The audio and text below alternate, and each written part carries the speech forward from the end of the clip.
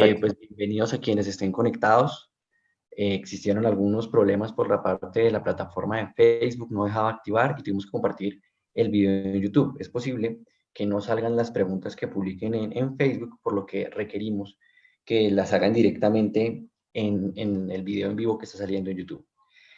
El día de hoy nos encontramos con Julián Páez. Julián Páez es abogado de la Universidad Libre, es especialista en filosofía del derecho y teoría jurídica de la Universidad Libre también.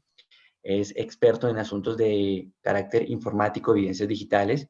Estudia actualmente la maestría en filosofía del derecho y teoría jurídica igualmente.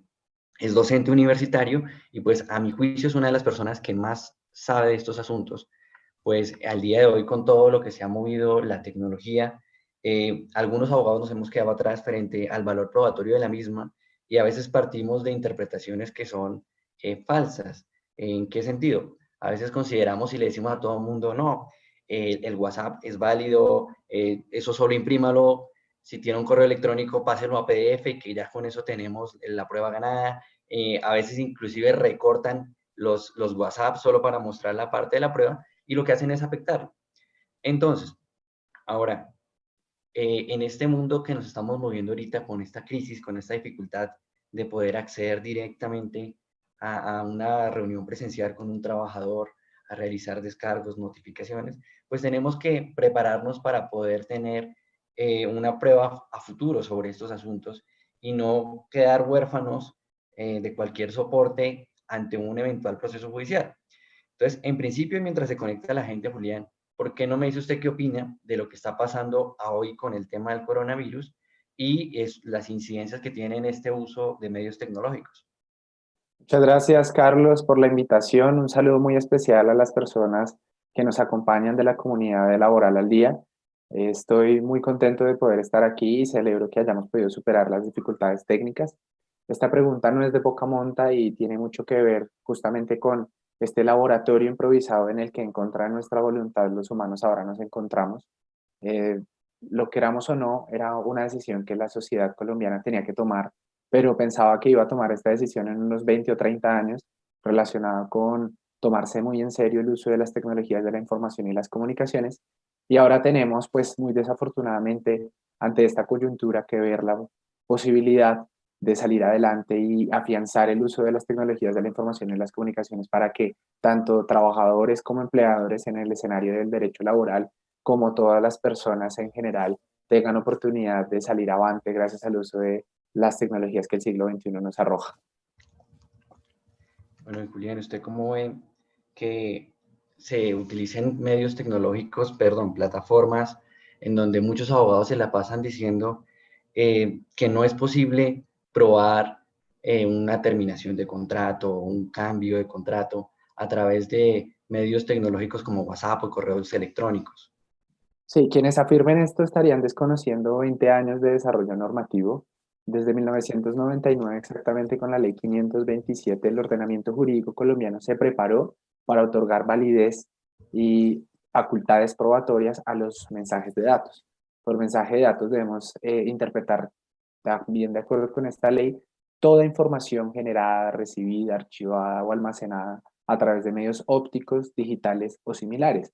En consecuencia, cualquiera sea la plataforma y cualquiera sea la forma del mensaje de datos, aquí tenemos correos electrónicos, notas de voz, memes, imágenes, fotografías, video, etcétera, etcétera, tiene validez probatoria de acuerdo con el ordenamiento jurídico colombiano y lo que tendríamos que entrar a verificar es que cumpla con unos requisitos que establece la misma ley para que pueda ser verificado por cualquier autoridad.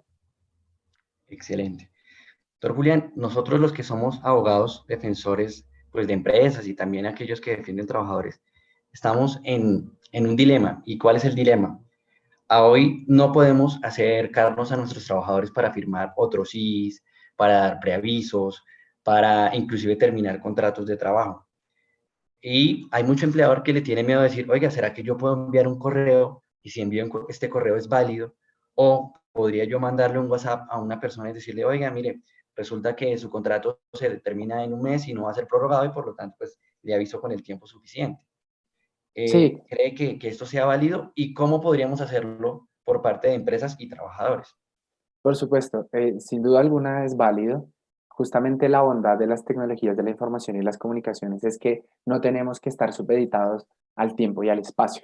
Eso significa que aprovechar de manera certera cualquier medio informático, digital, óptico o similar es justamente no estar al lado de la persona ni recurrir a los mecanismos tradicionales que por costumbre utilizábamos relacionados con tener el huellero, el sello, buscar a la persona con el esfero para que firme la lista, el documento tradicional, sino que justamente la tecnología y los avances normativos al respecto permiten advertir que son equivalentes y esto es tal vez lo más importante que las personas se deben llevar de esta comunicación. Es el principio de equivalencia funcional que garantiza validez probatoria y también las mismas repercusiones y consecuencias a cualquier documento digital respecto de su equivalente en términos tradicionales. Luego, la gran conclusión de lo anterior es que somos responsables de todo cuanto hacemos y decimos a través de cualquier medio, incluyendo Internet, WhatsApp o cualquier plataforma de comunicación o de mensajería. Eso significa que el que renuncia por correo es igual al que renunciaba tradicionalmente con la epístola, al empleador diciéndole que muchas gracias por todo. El que comunica cualquier situación laboral, siendo empleador o trabajador, a través de WhatsApp, a través de una nota de voz, es equivalente al que lo hacía a través de un medio regular. Lo que entraríamos a verificar es si cumple con unos requisitos establecidos en la norma y además cuál es ese medio y si fue idóneo o no para realizar esa comunicación en específico. Bueno, entonces, con caso particular, si yo quisiera hacer esa notificación por correo electrónico, ¿qué debería yo prever para notificar a ese trabajador? Muy bien, la ley establece tres requisitos que en cualquier mensaje de datos las personas deberían tener en cuenta al momento de comunicar situaciones que a su modo de ver son formales y que revisten importancia en el desarrollo de sus trabajos o en el desarrollo de cualquier aplicación que le quieran dar a esta reunión que les presenta laborar al día. La Ujú. primera de estos insumos o requisitos que establece la norma es que el mensaje de datos se tenga por escrito. Y ahí automáticamente pareciera tener un cortocircuito de la audiencia porque ¿cómo así que si es digital entonces me lo pide por escrito? Muchos lo Ajá. interpretan como imprimirlo o sacarle un pantallazo. Y esto es realmente lo que no se debe hacer, es totalmente antitécnico. Tan antitécnico como, si me permite la audiencia poner un ejemplo, quisiéramos obtener una muestra de ADN de una fotografía de una persona. Por supuesto, cualquier experto diría que es imposible acceder al ADN de una fotografía y así tampoco podríamos acceder a la información de la fotografía, la impresión o la copia de un mensaje de datos. Entonces, la equivalencia funcional, que es el principio del que hablamos, le indica a las personas que equivalente respecto de un documento tradicional de la hoja de papel en la que expresábamos físicamente cualquier contenido informativo, por ejemplo, comunicar la terminación unilateral de un contrato, el equivalente que se tiene por escrito es que pueda ser consultado con posterioridad. Luego, en el ejemplo que me pone Carlos, si lo que quieren comunicar es a través de un correo electrónico, lo primero que deben tener muy claro es que tengan la capacidad de acceder con posterioridad a ese correo electrónico o, mucho mejor, que tengan la posibilidad de descargarlo en su formato original o en un formato equivalente para que se le pueda mostrar después ante cualquier litigio a una autoridad competente, bien sea el inspector del trabajo, el juez laboral o cualquier autoridad de control. Si me lo permite, los Ujú. siguientes dos requisitos para cerrar muy bien la idea son que el mensaje de datos se tenga como original o auténtico. Aquí la norma es muy precisa y establece que es generar esa confianza para que si a mí, por ejemplo, me prometieron un contrato laboral o una modificación o un aumento salarial, legal o extralegal, entonces yo tenga la garantía y la certeza de que le pueda demostrar a esa persona con posterioridad que justamente eh, ese mensaje se ha mantenido inmutable. Pero hay un ejemplo muy sencillo para advertir que esto no es tan fácil cuando lo vemos en la práctica. Supongamos yo le envío a usted una nota de voz en este momento y esa nota de voz Sí. que le estoy enviando usted se la reenvía a otra persona para comunicarle eso que yo le envié. Automáticamente vamos a ver un cambio en los colores e inclusive esa nota de voz reenviada le va a salir como visualización al usuario que la recepciona en un segundo momento con una inscripción en la parte superior que dice reenviado. Entonces ahí nos enfrentaríamos a una dicotomía y es si la nota de voz que yo envié en la que comunicaba una situación formal del trabajo por tener ahora un color diferente y por decir la expresión reenviado, no es original o auténtica. Y en términos de equivalencia funcional, así como lo tradicionalmente, lo antiguo, lo que se tenía como original o auténtico era el único cheque, el primero, la primera factura, o lo autenticado, es decir, tras el ejercicio de una autoridad notarial, pues en equivalencia funcional lo que se tiene y presume auténtico es justamente aquello que si ha sido modificado es por su libre circulación en Internet, pero que genera confianza respecto de su generación, vinculándolo con un emisor o con alguien que lo generó. Y aquí ven el último requisito, que es muy sencillo y está relacionado justamente con la firma o la autoría. Por supuesto, es muy importante saber si justamente fue ese trabajador o ese empleador el que hizo parte de esta comunicación. Si fue el trabajador al que le querían comunicar las vacaciones anticipadas, el que lo recibió, pero además si fue justamente el empleador que quería comunicar las vacaciones anticipadas o que quería comunicar la modificación de una jornada laboral, el que lo envió. Y a través de esto la ley es muy práctica en señalar que en equivalencia, así como tradicionalmente la firma era esa expresión mecanográfica en la que yo a través de los grafos o a petición de otra persona con la firma ruego, pues expresaba la autoría en un mensaje tradicional y decía, claro, esa es mi firma, y se convertía posiblemente en un debate de un perito en grafología para verificar si era o no la firma, pues el equivalente en términos digitales es justamente que se pueda a través de un valor numérico o un valor científico o un procedimiento técnico establecer si esa persona fue la que generó ese mensaje de datos. Pongamos ejemplos automáticos. El correo se prueba en firma a través del usuario de correo y la contraseña. Cuando usted pone su contraseña, está firmando y todo lo que haga después, pues tiene su firma. El mensaje de datos de WhatsApp se prueba con la firma que usted registra al momento de descargar la aplicación, al momento de enviar el WhatsApp y a través de otros mecanismos de firma. Por ejemplo, si quisiéramos advertir una nota de voz, pues sería la firma biométrica, que es la que permitiría establecerse a través de los comandos de la voz. En resumen, para todos, justamente son estos tres requisitos: escrito, original, auténtico o firmado, que en equivalencia nos permiten advertir que cuando un juez o cualquier autoridad pueda consultar con posterioridad un mensaje de datos, advertir a través de cualquier medio de manera solvente que no ha sufrido ninguna modificación o que si la sufrió es producto de su libre circulación por Internet, y finalmente advertir quién fue el generador y quién fue el receptor, entonces tenemos así una prueba y no podríamos aceptar cualquier comentario en contra que diga que esto no es válido. Cuando hablamos de soporte técnico, y pues usted fue muy claro, no es simplemente imprimir que el pantallazo del WhatsApp o el mensaje o el correo electrónico, que es decir, se requiere de una persona experta en el tema para que tome el correo electrónico y lo saque, no sé, del servidor, del usuario, como archivo digital y que sea ese archivo digital el que se lleve al proceso. Es decir, yo al proceso no me voy a llevar ni la foto ni la impresión, sino voy a llevar muy seguramente o una USB o un CD con ese contenido digital que va a ser equivalente y funcional en prueba como documento, ¿sí? De acuerdo, aunque la ley no exige que se tenga la capacidad ni la necesidad de tener un perito informático en el bolsillo, ¿cierto? Y advirtiendo también que muchas personas pues no estarían en la solvencia económica y como si fuera poco, en momentos de crisis en los que lo que menos debemos imponer son trabas, pues no existe tal requisito. Pero lo que sí es cierto es que difícilmente una persona, sin tomar con la debida prudencia el ejercicio de realizar una comunicación digital y teniendo muy preclaros estos requisitos, podría después con tranquilidad entregar esto y que no vaya a ser tachado de falso. Aquí tenemos algo importante que decir entonces, Carlos, y es que por regla general, bajo características legales, se presume que esas comunicaciones son ciertas. Y por supuesto el principio de la buena fe haría a partir del hecho de que esa comunicación que se le está presentando a la autoridad o al operador judicial o jurídico, pues es la que es.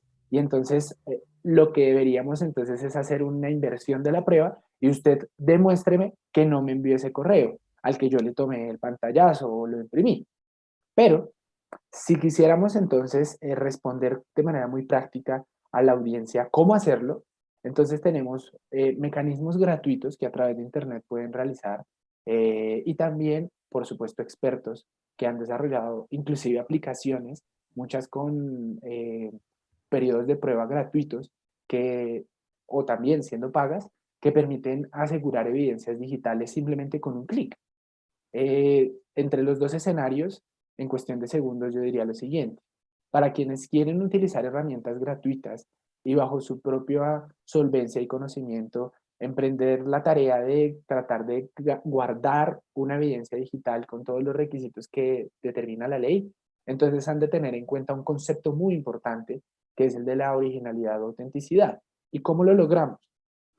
Fíjese usted, Carlos, que hay algo muy interesante de las evidencias digitales, y es que contrario a lo que ocurre en la práctica, que la gente dice, no, yo no envío eso por internet porque no sé cómo hacer para garantizar que esa comunicación sea fiel. No, yo no hago eso por ahí porque después, ¿cómo lo pruebo? Existen muchos mecanismos tecnológicos y científicos para garantizar que ese documento no ha sido alterado. Y uno de ellos, uno de los que más usan los peritos informáticos, es una función conocida como función hash, que tiene además unos métodos, haga de cuenta como unas marcas, y dentro de esas la más usualmente empleada por los peritos informáticos es la MD5. Esto, en términos prácticos, un sábado a esta hora, para quienes nos escuchan, es de la siguiente manera.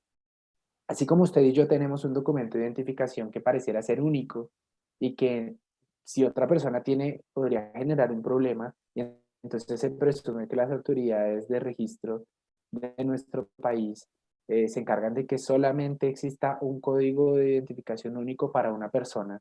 Y eso me podría llevar a hacer un paréntesis sobre los problemas que han existido en este momento, sobre los subsidios que se están entregando, ¿cierto? Y cómo a través de ese número de identificación se ha descubierto que son personas inexistentes o defraudando los intereses del Estado.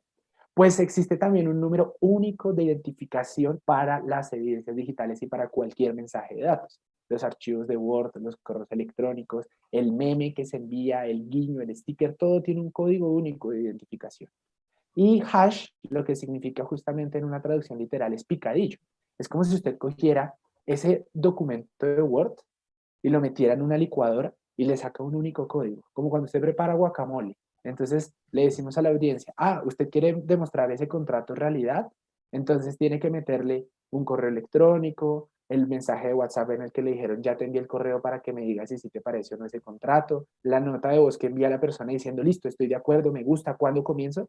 Y todos esos elementos los mete y en un único contenedor que existe hash online gratuito, si usted googlea esta expresión, le sale el código único de toda esta información. Con ese código único usted sí podría identificar e individualizar el mensaje de datos y decirle a la autoridad, mire, este es mi código único. Si el empleador o el trabajador, la contraparte, quiere decir que esta información no se generó en este momento y con estos metadatos de hora y de lugar, pues entonces tendría que tener un código diferente y unas modificaciones en la hora y en la generación. Por lo demás, podríamos decir finalmente, Carlos, que quienes quieran acudir a mecanismos expertos podrían realizar la descarga de aplicaciones. Hay una muy interesante que se llama EVLab, por sus siglas es Evidencias Laboratorio, EVLab, EVLab, EVLab. Esta aplicación la descargan gratuitamente en las plataformas de sus celulares y les permite asegurar de manera técnica correos electrónicos, videos, fotografías, páginas web, etcétera, etcétera. Y al final descargar un informe en el que los asistentes de informática de esta plataforma eh, certifican la originalidad, la escritura y la firma de esos mensajes de datos. Para la audiencia, importante aclarar, tiene un periodo de prueba gratuito, es una aplicación colombiana, por eso la recomiendo, pero también si quieren utilizarlo de manera sistemática para enviar muchos correos, pues justamente sería posible que tengan que acceder a una suscripción. ¿Y eso es muy costoso, certificar el envío de un correo electrónico? Antes lo era. Estamos hablando de que a partir del año 2005 oscilaban los precios entre 1,5 millones y piense usted en la indexación de ese dinero de hace 15 años, le estoy hablando. Pero a partir del año 2016-2017 se revolucionó para siempre esta situación y estamos hablando de que dependiendo del plan que usted adquiera, y advirtiendo que existen múltiples empresas dedicadas a esto, podríamos estar adquiriendo evidencias digitales a menos de 1.000 pesos, a menos de 500 pesos. Luego tenemos una revolución de más de un 1000% de lo que costaba antes asegurar una evidencia digital con una garantía. Antes usted se metía en el problema de lo físico diciendo, no, pero es que esa no es mi firma, o uy, no, ese papel, y entonces se convertía en algo onerosísimo contratar a un grafólogo, a un dactiloscopista, a un analista de documentoscopía con temas de tintas forenses para establecer la cronología del documento. Ahora usted simplemente lo que hace es descargar la aplicación, mete su contenido, asegura el correo electrónico y si le quieren decir que no, entonces tiene a unos titanes de la informática detrás preparados para defender los intereses de quien quiere decirle la verdad a las autoridades. Cuando uno quiere certificar esos correos electrónicos, ¿lo tiene que hacer antes de enviarlo o ya enviado lo puedo certificar posteriormente? Muy bien, es una buena pregunta. La mejor práctica sería hacerlo antes de enviarlo. La ley es muy clara en señalar que se presume el envío, se presume la recepción siempre que se utilicen los mecanismos que tradicionalmente se realizan. Entonces, el que abre el correo, redacta su correo, adjunta los archivos, envía, pues se presume que ese correo no solamente se envió, sino que además ese correo se recepcionó. Pongamos una situación en la que usted solicita el acuse de recibido. Entonces usted, además de eso, indica en su mensaje de datos como información que por favor le notifiquen la recepción del documento. Entonces, lo ideal de la prevención y las prácticas del deber ser, la respuesta sería esa. En el momento en el que usted lo envíe, la manera más sencilla, gracias a estas plataformas gratuitas y pagas, es que usted con copia le pone la copia de la dirección de correo electrónico de la plataforma certificadora. Entonces, vamos a poner un ejemplo. Para Carlos Felipe Vargas, ¿sí? Con copia a certificaciones de correos. Y ellos automáticamente se encargan de decirle dos cosas. La primera, con un chulito, si se envió el mensaje. Y la segunda, si lo leyó, lo aperturó. Luego ya científicamente está resuelto también el problema de si lo vio o no lo vio. Ahora, pues mal haríamos en decir que lo vio esa persona, porque de pronto otro abrió el correo, ¿cierto? Y eso es un debate probatorio totalmente diferente. Pero también es cierto, para responder completa la pregunta, si la persona después necesita asegurar un correo electrónico porque no pensaba que iba a tener un problema, pero se acuerda que hace 3 años le han prometido que, por ejemplo, para los profesores que tienen tantos problemas en estos tiempos, problemas positivos porque no creo que los profesores con su espíritu de enseñanza vean en las clases online, más allá de una dificultad, pues algo negativo, pero que han tenido tantos problemas porque ahora todo es digital, entonces tienen que comenzar a recabar en sus bandejas de entrada dónde era que estaba ese horario que les habían prometido, porque ahora les están cambiando el horario, por poner un ejemplo. Entonces, pues obviamente ese correo no está asegurado, ni está certificado, porque nunca creyeron que esto iba a pasar. Supongamos que lo enviaron en diciembre y ahora en las que nos encontramos. No hay ningún problema. Lo único que habría que hacer es replicar y repetir el procedimiento, descargar el correo electrónico y simplemente presentarlo con todos los metadatos y con la información que, como ejemplo, pusimos del código hash. Importante decir, para complementar la respuesta, que si la persona lo hace después, pero quiere ponerle un cero de más para aumentar sus honorarios, ¿cierto? O son ejemplos negativos, ¿no? O supongamos, lo que quiere es demostrar que ese era el valor de sus honorarios porque ahora se los están bajando diciendo que no eran esos y que era otro el correo, pues ante cualquier pequeña modificación, automáticamente muta el código hash o el número único de identificación. Y entonces, si por ejemplo usted escribiera mi nombre con tilde en la A, es un código, pero si no le pone la tilde, es otro código totalmente diferente. Nos pregunta aquí Andrés Urrea. En el caso de que yo vaya a enviar ese correo con copia a esa entidad certificadora, ¿considera usted que se afecta la confidencialidad de ese documento? O sea, el hecho de que yo envíe datos con copia a otro, ¿no estaría afectando los derechos de la información de ese trabajador en el caso puntual de nosotros? Es una excelente pregunta, un saludo muy especial para Andrés. El concepto técnico que tenemos que conocer aquí es la expectativa razonable de intimidad, es lo que las autoridades judiciales podrían evocar ante la vulneración de cualquier derecho. Desde 1890, dos profesores de la Universidad de Harvard, los profesores Barrett y Brandeis, desarrollaron el concepto del derecho a la privacidad y a partir de esto incluyendo nuestro ordenamiento jurídico, se han desarrollado un montón de normas relacionadas con la protección de la privacidad, la intimidad, el buen nombre, etcétera, etcétera.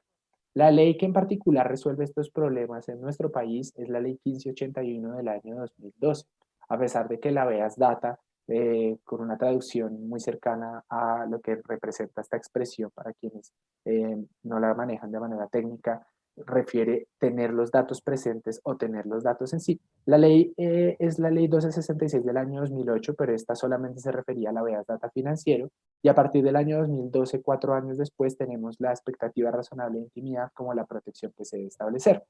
Importante decir lo siguiente, no se vulneraría la privacidad, no se vulneraría la intimidad, no se vulneraría ningún derecho ni se violarían los datos personales como establece la ley 1273 del año 2009 de delitos informáticos, si en la política de protección de datos personales que toda empresa debe tener, en virtud de que tiene bases de datos públicas o privadas, cuando digo esto me refiero a entidades oficiales o no, si en la política de datos se establece que una de las finalidades será cualquier comunicación a través de medios oficiales, incluyendo digitales electrónicos, que pueda ser comunicada a través de una transferencia o transmisión de datos personales, esto se realiza con sujeción a la ley para que un tercero, por ejemplo, garantice que esa información está siendo enviada.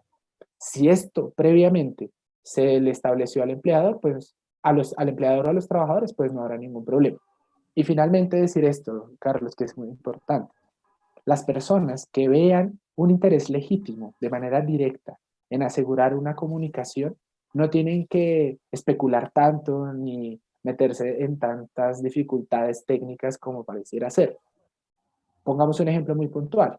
Si usted lo que quiere es demostrar un acoso laboral, pues usted no va a tener que pedir permiso para enviar esta información y para copiársela o pegársela a otra persona, sino que como usted es el directamente interesado y legitimado para hacerlo, pues se le da una valoración más, se le da una fuerza más a ese fin que perseguía la persona para la protección de sus derechos e intereses legítimos respecto de cualquier defraudación al interés del buen nombre, de la privacidad, de quien vio que se comunicó la información a otra persona o que se le grabó la información o la llamada.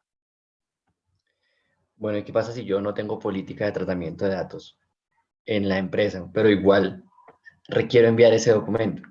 Muy bien, importante decir que podría estar cometiendo una omisión porque la ley a través de decretos reglamentarios estableció muchas fechas para que se diera cumplimiento a esta ley y además esta ley tiene sanciones que aplica la Superintendencia de Industria y Comercio en la Delegatura de Protección de Datos Personales. Las empresas públicas y privadas que tengan bases de datos y que realicen tratamiento de datos personales, es decir, de cualquier información que pueda ser para determinar o hacer determinable a una persona. Aquí tenemos el nombre, la identificación, la dirección, que son datos que casi todas las empresas tienen, pues tenía unas fechas inclusive para registrar las bases de datos en una base de datos pública que es el Registro Nacional de Bases de Datos.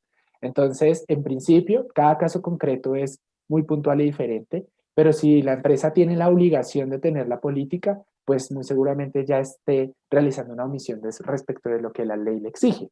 Entonces, lo que sería muy interesante sería que verificara muy bien qué es eso que la ley 1581 del año 2012, la repito para quienes están interesados, establece como política de protección de datos personales, realice porque nunca es tarde cumplir las normas y ajustarse a la legalidad esta política y después de eso utilice cualquiera de los mecanismos que establece la ley para obtener un consentimiento previo expreso e informado como lo requiere en el uso y tratamiento de datos personales. Hay algo fácil que decir. Cada vez que usted y yo, Carlos, estamos usando cualquier plataforma, aplicación, WhatsApp, Facebook, YouTube o cualquier mecanismo, inclusive Zoom, que se ha vuelto tan popular últimamente, y nos sale un aviso que nos dice, hemos actualizado nuestra política de protección de datos personales. Si quiere seguir usando nuestra aplicación, haga clic en aceptar los términos y condiciones. Solamente cuando usted hace clic y acepta, ahí ya está firmando la política. Luego esto no debería revestir mayor dificultad para quien quiera acceder a obtener ese consentimiento. Pongamos un ejemplo mucho más práctico y que reviste menos tecnología. Usted hace su política, la envía por correo electrónico a los correos electrónicos de comunicación oficial que estableció con sus trabajadores o empleadores y les dice, por favor, confírmenme la recepción y la aceptación de la política. Punto. A través de esos correos electrónicos que regresan, tienen las evidencias digitales del consentimiento previo expreso e informado. Vale, ahora le hago preguntas concretas frente a lo que ya dijimos para recapitular casos prácticos donde podemos utilizar estos medios.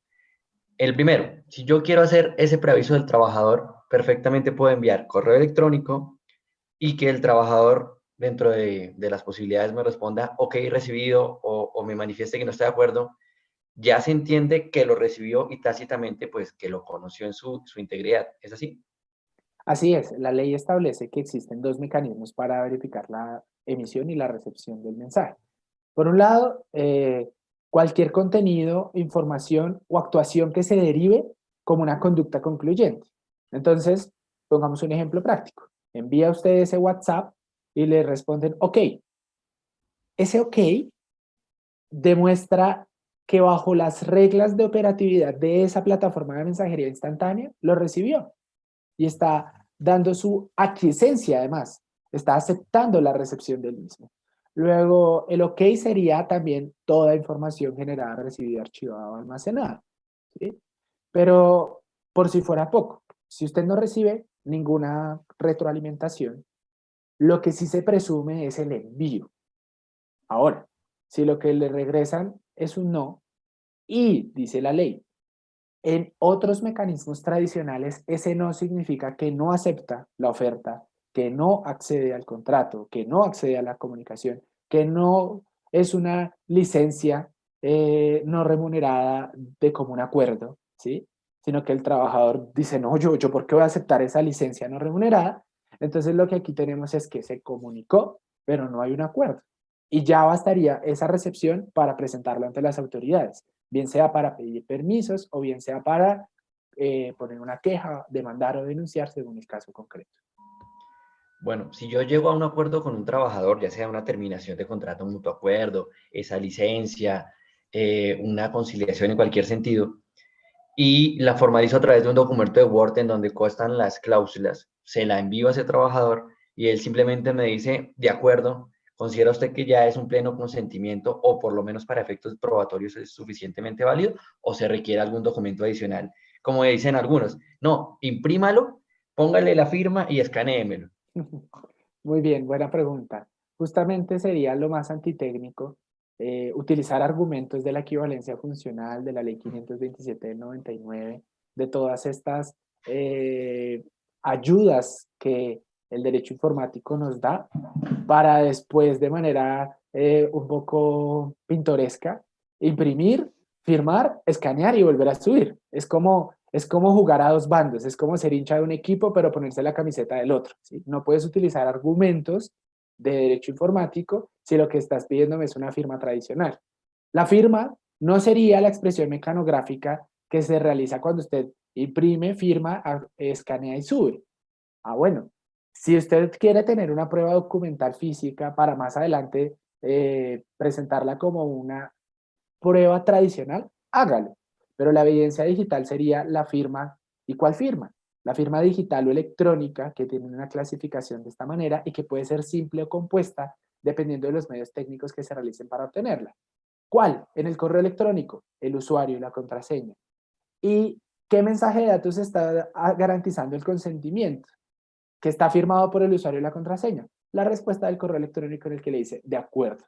Si usted entonces asegura o tiene como prueba o descarga en su ordenador para cuando tenga un eventual conflicto, el correo electrónico que envió comunicando esta situación laboral y guarda también el correo electrónico en el que a vuelta de correo le dicen, estoy de acuerdo, ya tiene plena prueba en términos de evidencia digital. Bueno, y ahora cuando hablamos de WhatsApp, en WhatsApp pasa que las personas tienden a utilizar más emojis y si de pronto yo le propongo al trabajador una licencia no remunerada y este me contesta con la manito arriba, esa manito arriba va a ser suficiente también para ese consentimiento y para efectos probatorios. Eso puede almacenarse. ¿Y por qué lo digo? Porque a veces cuando tenemos diferentes celulares, Android, Apple, el que sea, o estamos inclusive por el computador, ese GIF se ve diferente en cada uno. Depende ¿De de acuerdo? donde yo esté utilizándolo. Entonces, ¿considera usted que con ese GIF me queda válido? ¿O hay restricciones en ese uso y mejor la expresión de la palabra. Muy bien, Carlos. Muy interesante la pregunta. Debo confesarle que es la primera vez que nos la hacen. Importante decir dos cosas. La primera, como mensaje de datos es toda información y por información podemos tener también símbolos, indistintamente de cuál sea el formato de ese símbolo, GIF, sticker, emoticón, emoji, meme, en el que puede ser una mano levantada o un ok o una carita feliz o una carita sonriente.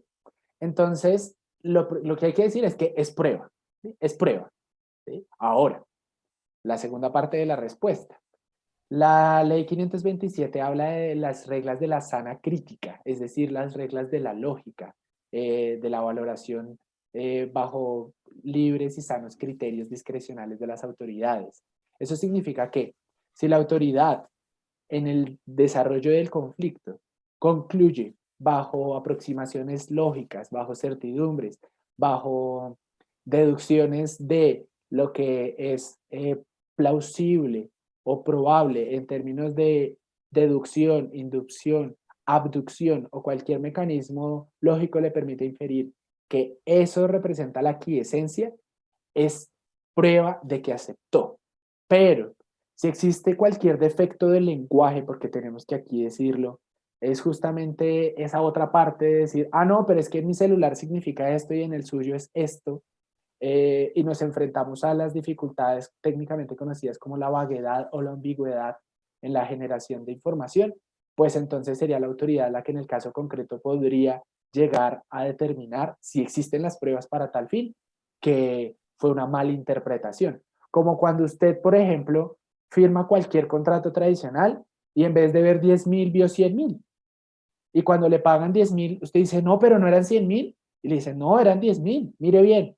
Entonces ahí tendríamos que meternos en un debate probatorio respecto de si eran 10.000 o 100.000. Aquí igual, si era una manito así o era una manito así, pues las reglas de la sana crítica lo resolverán. Pero el emoji es plena prueba. Tan es así que existen sentencias judiciales condenatorias por el uso de memes que representan delitos informáticos o delitos comunes como la injuria o la calumnia. Entonces, bien sea por cualquier medio digital, si usted publica esa información y reviste plena prueba para condenarlo, pues mucho mejor se va a tener como prueba para verificar la aceptación o el acuerdo de voluntades o el consentimiento según sea el escenario del que estemos hablando. Ok, pregunta. Hay personas que están haciendo hoy descargos, estos descargos los hacen de manera virtual a través de plataformas como Zoom o utilizan el teléfono para hacer preguntas al trabajador. Es necesario avisarle antes de hacer las preguntas y de utilizar inclusive ese mismo video, ese mismo audio, de que se va a grabar y que va a ser utilizado para efectos internos y posiblemente en un proceso judicial. O sea, se requiere esa autorización previa expresa de ese trabajador diciendo, sí, autorizo que me graben, autorizo que lo hagan por Zoom, autorizo que esta llamada que están haciéndome sea utilizada para poder terminar mi contrato de trabajo. Es el deber ser, Carlos. Las personas tenemos derecho a conocer esa información. Y voy a poner un ejemplo que nos está ocurriendo en este momento. Si bien solamente usted y yo nos estamos viendo a través de las pantallas, resulta ser que la expectativa razonable de intimidad nos hace creer que muchas otras personas nos están viendo. Y entonces eso hace que modifiquemos nuestra conducta. Significa lo anterior que cualquier persona a la que le advierten que está siendo grabada, pues va a modificar sus usos del lenguaje, sus conductas, porque justamente va a percibir que esa información después va a poder ser utilizada. Y entonces el deber ser, las prácticas y lo que legalmente se establece es que sí. Mi respuesta es sí. Ah, muy diferente es a través de qué medio usted le informa. Usted no va a tener la necesidad de siempre decirle, hola, ¿cómo estás? Te estoy grabando, acuérdate, porque justamente esos no son los mecanismos que se utilizan. Eso sería no solamente arcaico, sino además supremamente lento. Si usted en la política de datos establece que podrán grabarse las conversaciones que tienen como fin netamente lo laboral, y si usted graba situaciones que solamente están relacionadas con objetos laborales y protege datos personales que además son sensibles, porque la voz al ser un dato biométrico es un dato que reviste mayor protección por ser objeto de eventual discriminación, o también las características morfológicas o la corporalidad de las personas son datos sensibles, pues entonces usted lo que puede hacer es comunicar a través de un correo electrónico. Oigan, Producto de la coyuntura del COVID-19, recuerden ustedes que en virtud de la política que tenemos, ustedes podrían ser monitoreados o grabados. Así como cuando usted llama a su operador de telefonía móvil y le dicen, ¿no? Esta llamada podrá ser monitoreada o grabada. Ni siquiera le garantizan si sí o si no. Pero ¿dónde dice ese soporte técnico? ¿Dónde se puede auscultar con lupa el documento de si sí lo podían hacer o no?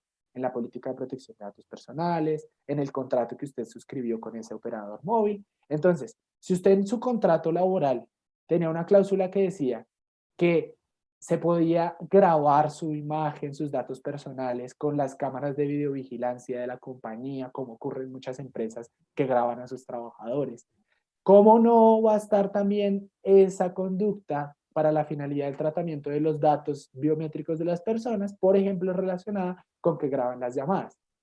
Recomendación final. Si usted como empleador o trabajador cree que no existe la política, que no hay autorización previa expresa para que lo graben y después lo están haciendo, pues entonces usted podría interponer una petición, queja o reclamo ante las autoridades de protección de datos personales o eventualmente ante las autoridades de protección del trabajo. Y, por último, ya tendríamos muy puntualmente que decir que hay conversaciones que nosotros no queremos advertir que estamos grabando. Pongamos un ejemplo. El de la víctima con su extorsionador. No le va a decir, te estoy grabando para tener una prueba para demandarte o denunciarte, ¿cierto? No le va a decir eso porque entonces automáticamente el extorsionador pues va a dejar de ser extorsionador. El acosador, y entonces estamos tratando como empleadores a través de mecanismos de la libertad que establecen para el Comité de Convivencia Laboral o las autoridades internas o externas que tienen que demostrar esta conducta sistemática, reiterada, que infringe derechos de trabajadores. Y usted no le va a decir al acosador, te estoy grabando, para que deje de decir las groserías o deje de realizar conductas que atacan o vulneran derechos fundamentales. Si ese es el caso, usted no tiene que advertirlo porque justamente la ley garantiza que como extremo, teniendo legitimidad e interés propio, lo puede hacer. Le voy a poner un ejemplo muy puntual.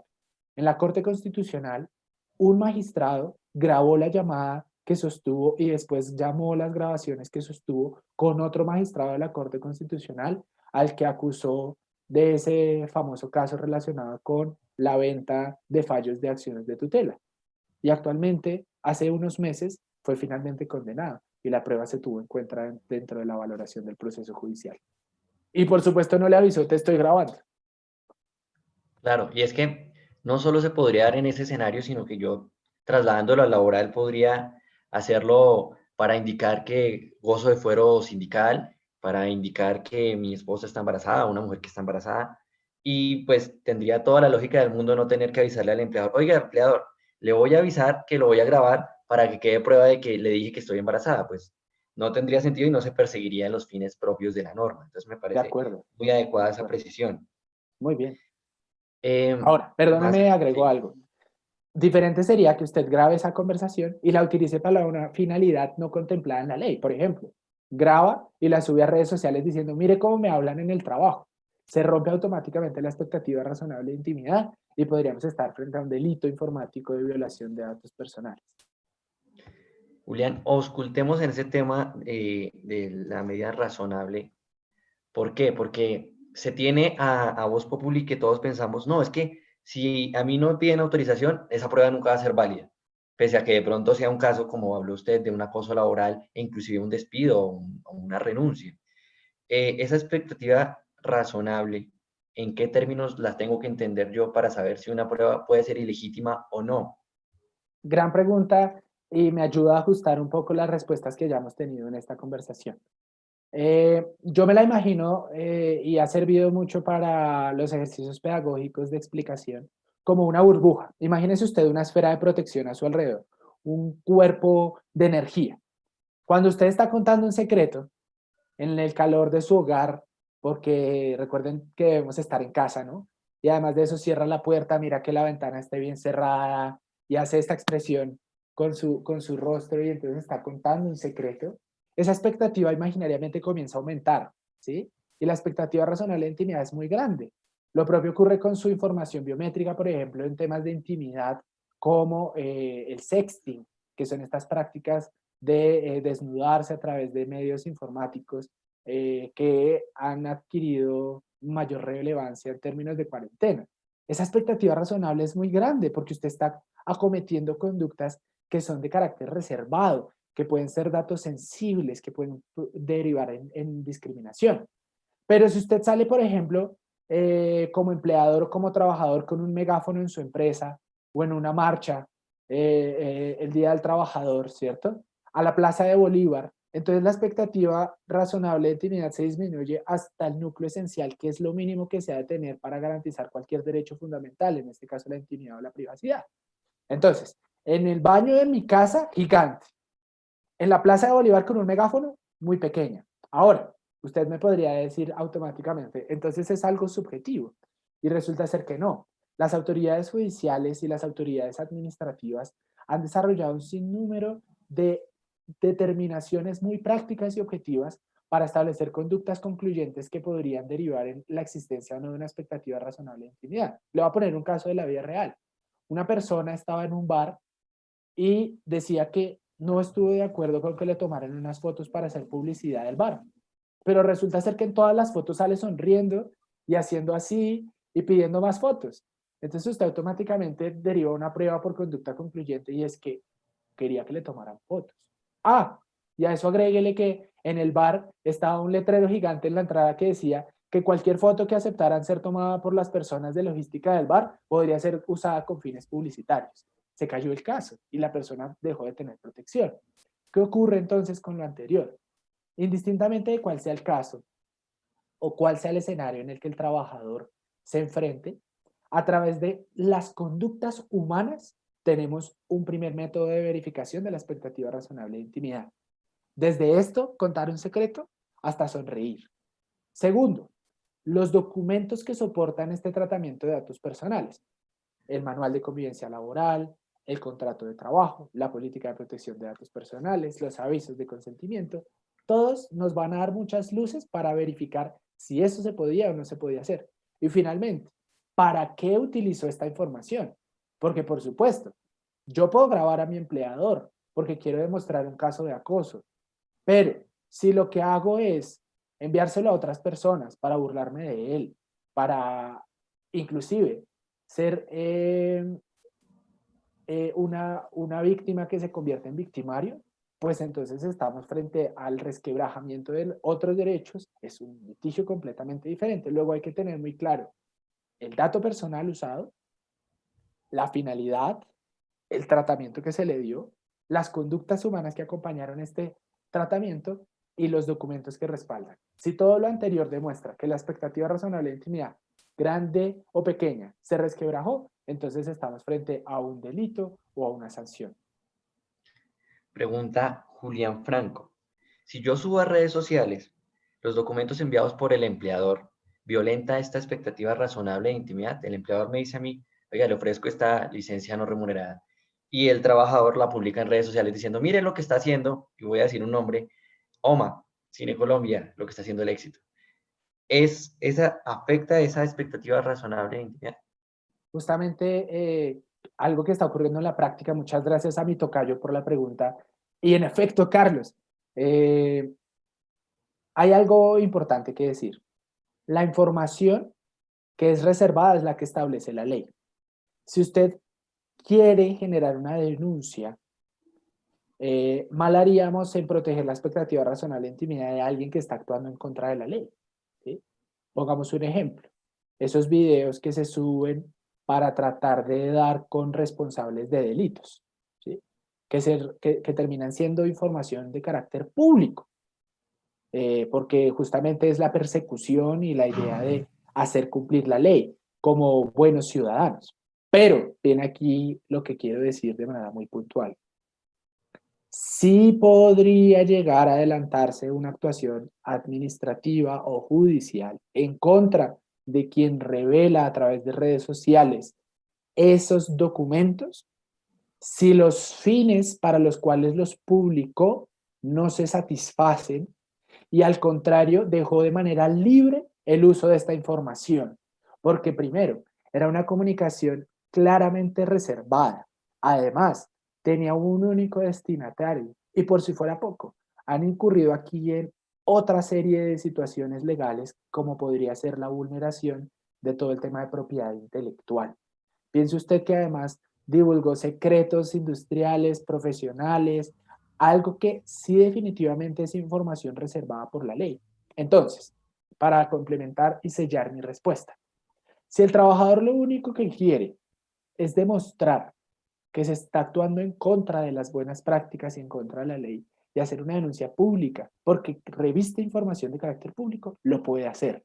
Pero en la práctica, ¿yo qué haría? Anonimizar datos. ¿Qué es anonimizar datos? Es eliminar aquellos datos que no deben seguir estando presentes, así como cuando la gente se gradúa y sube el diploma pero tacha la cédula. Entonces, haga lo mismo, elimine aquellos datos que tienen información que nada tiene que ver con la denuncia que usted está realizando, porque podría afectar así la expectativa razonable de intimidad, el monto salarial que le están proponiendo, eh, las cédulas de identificación, los NIDs, elimínelos, porque esos datos, estén presentes o no, no cambian en nada su aspecto de ser un buen ciudadano. Pero si usted no los elimina y comparte eso de manera irresponsable, y se demuestra que se vulneró con ello la expectativa razonable de intimidad o cualquier otro derecho, por ejemplo, de propiedad intelectual, podría pagar las consecuencias. Perfecto, doctor Julián. Julián, preguntan, y creo que es más a título personal que de la charla, dice Nicolás Fabián Meneses. ¿Considera usted necesario transferir las funciones notariales al Internet o se están volviendo totalmente obsoletas? Es una buena pregunta, más para quienes me estén viendo que hacen parte de una especialización en Derecho Notarial en la que acompaño las clases. Entonces, mal haría yo en responder automáticamente, afectando así a mis estudiantes interesados en el tema de Derecho Notarial que se deberían proscribir estas prácticas. Le voy a responder a Nicolás de la siguiente manera. En el futuro, las notarías van a ser virtuales.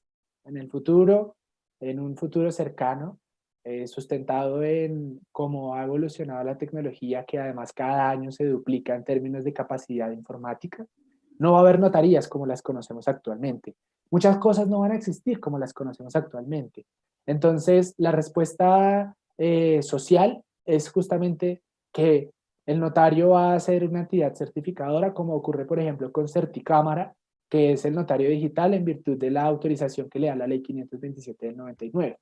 Pero mientras tenemos esta transición, lo que sí debe ocurrir muy pronto es que dejemos de acudir físicamente a las notarías y en términos de autenticidad y de confiabilidad y de fe pública, que es justamente esa confianza, solidaridad y buena fe que se le otorga producto del ejercicio de los notarios a la información contenida en cualquier suerte de documento, escritura pública, registro, etcétera, etcétera, pues va a ser un mecanismo que se pueda suplir a través de medios digitales o similares. Bueno, y hablando de este punto de notarías y puntualmente lo que ellos buscan es como esa identificación de la persona, que como usted bien dijo, pues va a pasar a un segundo plano en el lapso de poco tiempo. Hay un tema muy importante que salió hace poquito y es la prohibición del uso del huellero por parte de la Superintendencia de Industria y Comercio para evitar el contagio de los trabajadores con el COVID-19. ¿Qué pasa? Que este huellero fue pensado más en entidades públicas o en elementos de trámite y nunca lo dirigieron hacia las empresas y trabajadores. Hoy muchas empresas no tienen ni idea de cómo tramitar ese registro de ingreso y salida de sus trabajadores u horas extras. Pero bajo ese entendido, no sé si se puede entender que esa orden que dio la superintendencia pueda ser inaplicada por empleadores del sector privado para estos sentidos, o si de lo contrario, es una orden que tenemos que acatar y más bien buscar otros elementos para ese registro de ingreso y salida de trabajadores. Ok, es una muy buena pregunta. Lo primero que debo celebrar es que se hayan ido hasta conductas tan determinadas como para proteger la expansión de esta tragedia que nos afecta a todos. Y entonces, en primer lugar, la respuesta no jurídica es decir, celebro que hayan tenido en cuenta este escenario, ¿sí? Porque justamente puede ser un foco de contagio abismal. Supongamos que el empleador garantiza que de manera obligatoria, antes y después de usar el huellero, tiene que realizarse un proceso de desinfección. Yo muy difícilmente veo, a partir de la textura normativa que tienen estos decretos reglamentarios y estas producciones normativas, tanto de los ministerios como del gobierno nacional, la oportunidad de inaplicarlos por lo menos en estos días. Porque no solamente sería como hacer un harakiri y entonces apuñalarse porque ante la textura abierta y ante las eventuales sanciones que se puedan derivar, alcanzando ya más de 100.000 sanciones por incumplir los requisitos de la cuarentena y de las establecidos por las autoridades nacionales y departamentales, pues yo lo veo muy difícil. En la práctica, si alguien lo hace y encuentra la manera de certificar en términos teleológicos lo que persigue la norma, pues bien podría enfrentarse a un proceso y salir inocente, ¿cierto? Salir absuelto, pero sin duda se iniciarían las actuaciones administrativas. Pero si me lo permite, Carlos, como imbuido en el espíritu de quienes hacen estas preguntas, que es más un carácter tecnológico, yo le diría que se podría suplir de la siguiente manera, y es que quienes han comprado instrumentos para obtener ese documento que es la huella, pues podrían migrar fácilmente a otros aparatos que son mucho más técnicos, que valen lo mismo e inclusive un poco menos, que son los dispositivos de lectura de iris, ¿sí? Si me lo permite agregar un tecnicismo sería el siguiente. Las huellas de nuestras manos tienen algo que se conoce como puntos nodales, que son datos en sí mismos, datos biométricos. Cuando usted pone la huella, está haciendo un reconocimiento de por lo menos 7 puntos nodales. Imagínense que las huellas de nosotros son como una constelación de estrellas. Y entonces la constelación es esa constelación porque las estrellas están ubicadas en ciertos puntos estratégicos. Los puntos nodales de las huellas de los seres humanos son únicos e irrepetibles, pero tienen algo que se conoce como índice FAR o índice de falso reconocimiento. Como hay tan poquitos puntos nodales, entonces siempre se podría llegar a dar un falso reconocimiento en el uso de la huella. Mientras que el uso de la identificación por iris dual a través de dispositivos que no tienen contacto físico, y así se resuelve el problema del contagio, nos dan más de 72 puntos nodales y, como si fuera poco, un índice FAR, es decir, de falso reconocimiento, de 1 en 2.26 trillones, Carlos. Eso supone entonces que, por lo menos en términos estadísticos, bajo la proyección de personas que existen en el mundo, que puede ser entre 6.000 y 7.000 millones de personas, pues es matemáticamente imposible que se dé un falso reconocimiento a través de la lectura de un iris dual. Y el proceso técnico es el mismo porque es una base de datos que recauda esa información para decir a quién le pertenecen esos puntos nodales de los ojos, en este caso del iris, respecto de una persona, trabajador o empleador. Luego, en otras palabras, si quiere resolverlo de manera más sencilla, cambie los dispositivos, ahorre dinero, nadie tiene contacto y mejore la capacidad, porque en YouTube hay videos para suplantar huellas de menos de 5 minutos, pero presumiendo la buena fe, como la idea es entender por fin que la tecnología nos llegó, nos apaleó, nos guardó en nuestras casas y ahora nos tiene tomando decisiones que pensábamos que iban a tomarse en décadas, pues comience a apropiarse. Y así como la gente era reacia de cambiarse de las máquinas de escribir para pasarse al computador, pues ahora cámbiese del huellero digital a el reconocimiento de iris. Perfecto. Bueno, voy a recapitular lo que hemos hablado porque pues hubo gente que no se alcanzó a conectar al principio por temas tecnológicos puntualmente con nuestra plataforma de Facebook, diciendo que en principio, y me corregirá el doctor Julián si estoy equivocado, todas estas comunicaciones que hacemos a través de correos electrónicos, WhatsApp, inclusive esa llamada telefónica, y llegamos a un acuerdo, queremos notificar algo, es totalmente válida. ¿Qué es lo que tenemos que buscar? La forma de preservar esa prueba para efectos futuros en dado caso que se genere algún conflicto con el trabajador o con la empresa sobre algún asunto de orden particular.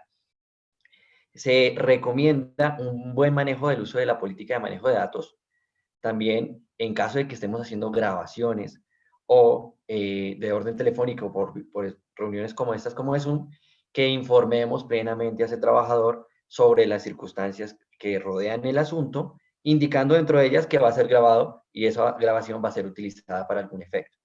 En caso de que se requiera garantizar un derecho fundamental como el de los fueros laborales, el de dejar constancia de un acoso laboral, el de dejar constancia de una inscripción de un sindicato, pues no es necesario dar ese preaviso al trabajador porque se perdería como tal el fin de la norma.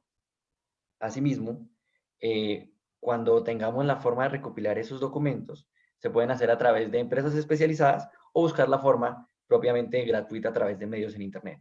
Julián, hay una persona que nos preguntó que qué era eso de IBILAB, cómo se escribe, cómo se busca, porque pues quedaron interesadas del tema de la prueba, pues en el periodo de prueba que tiene la aplicación, para poderlo utilizar y así ver cómo se podrían certificar esos correos electrónicos o WhatsApp o páginas web. Muy bien, primero decir, Carlos, que no lo pudo haber dicho mejor. Ha sido un excelente resumen de todo lo que tiene que ver con criterios de equivalencia funcional, escrito, original auténtico, firmado, expectativa razonable de intimidad, validez probatoria, uso de evidencias digitales y demás. Para quienes están interesados, repito, esto lo hago ni siquiera haciendo parte de esta organización, sino como un usuario más que lo ve como una buena práctica. Es una empresa colombiana que revolucionó para siempre la forma en cómo generamos evidencias digitales. Y voy a decir sus siglas: E de enano, V o V pequeña de vaca, L de laboratorio, A de árbol y B de burro. EV Lab. Así la encuentran, la pueden googlear o también bajarla de manera gratuita a través de dispositivos iOS o Android, o cualquiera sea el mecanismo. Y finalmente decirles que si bien tiene un periodo de prueba, si más adelante quieren acceder a sus servicios completos, pues podrían adquirir un paquete. Vale, Julián. Yo creo que ya estamos terminando y no sé si usted tenga alguna reflexión, en dado caso de que haya otra pregunta, pues se la haré, sobre esta situación, lo que hemos hablado, eh, desde el punto de vista tanto del empleador como del trabajador, frente a todo lo que usted ya nos enseñó. Primero, dar muchas gracias a cada una de las personas que de manera heroica siguen estas transmisiones a pesar de tantas dificultades humanas. Eh, Tratar de imbuir sentimientos de bondad, solidaridad, equilibrio por parte de empleadores como trabajadores. Es una situación difícil de la que no vamos a salir si no tratamos de obrar bajo presupuestos de colaboración, de compasión. Y esto lo digo como alguien que defiende intereses de parte y parte. No podemos irnos de un lado u otro porque hay muchas dificultades para todos, tanto para quienes dependen de un salario para sustentar sus hogares, como quienes dependen de la producción de sus compañías para justamente pagar esos salarios. Y agregar lo siguiente: somos responsables de todo cuanto hacemos y decimos por Internet. Y eso garantizaría, bajo presupuestos de equivalencia funcional, que la renuncia, la licencia, las vacaciones, la suspensión, el cambio del horario, llegar o no a la reunión, cumplir o no con la clase, cumplir o no con la actividad, la prestación personal del servicio, tiene las mismas consecuencias. Ideal que empleadores puedan actualizar y armonizar sus políticas de tratamiento, sus manuales de convivencia laboral, sus contratos laborales con el uso de tecnologías de la información y las comunicaciones, pero por lo menos en estos momentos evitar la vulneración de datos personales y el menoscabo de cualquier derecho bajo presupuestos de derecho laboral o en general de los derechos fundamentales de las personas. Listo, Julián, pues yo le agradezco muchísimo por participar. A todos los que nos están viendo, pues pido excusas por el tema de orden tecnológico que pasó en las plataformas. Creo que ahora en adelante vamos a seguir manejando la plataforma de YouTube, entonces pueden suscribirse al canal. Este video sí va a quedar guardado. Creo que el día de hoy voy a suspender su visualización con el fin de que no quede esa parte muerta del inicio en donde estamos buscando si se da o no información y que arranque de una vez. Entonces, yo creo que desde mañana ya está publicado como debe ser y lo compartiré pues por todas las redes sociales de Labor el Día. Julián, muchísimas gracias y a todos los que nos vieron, pues ojalá nos sigan en los demás videos. Próximamente hablaremos sobre mitos y verdades de temas netamente laborales frente al COVID-19. Hay algunas preguntas en el video relativas a licencias no remuneradas, retractos, que hablaremos en lo posible este miércoles o martes. Yo igual informaré por la Muchas gracias, Julián.